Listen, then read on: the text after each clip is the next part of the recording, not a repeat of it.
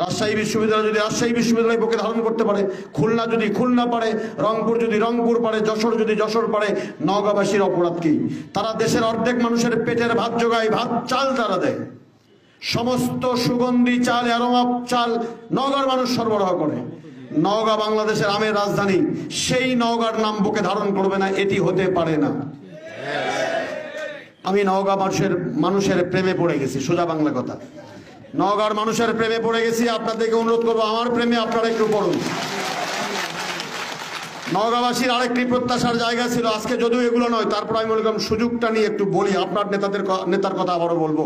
মেধাবীদের বাংলাদেশ চেয়েছিলেন, তারেক রহমান চান মেধাবীদের বাংলাদেশ। আমার সন্তানরা চাই মেধাবীদের বাংলাদেশ।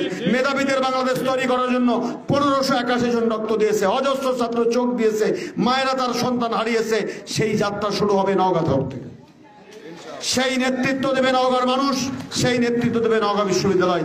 আমরা আপনাদের সহযোগিতা চাই, সহযোগিতা চাই।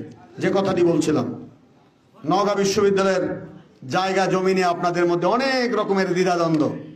আমি নীরবে নিভৃতে জানার চেষ্টা করেছি যে আসলে নওগাঁবাসী কোথায় চাই বিশ্ববিদ্যালয়টি। অন্যভাবে নিচ্ছেন না তো আমার বক্তব্য? একটু বলা দরকার। কোনোদিন বলিনি এটাই উত্তম জায়গা।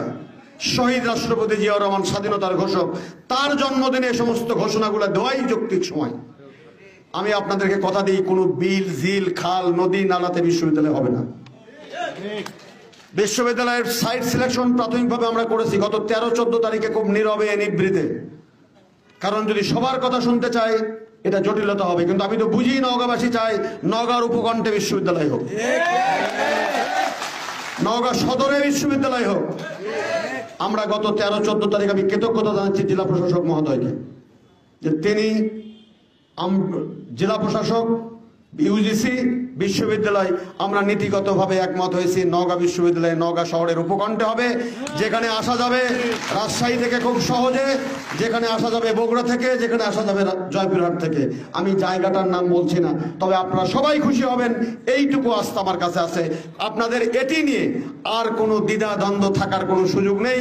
আমরা কাগজে কলমে সবকিছুতে আমরা সেই জায়গায় দাঁড় করিয়েছি। এখন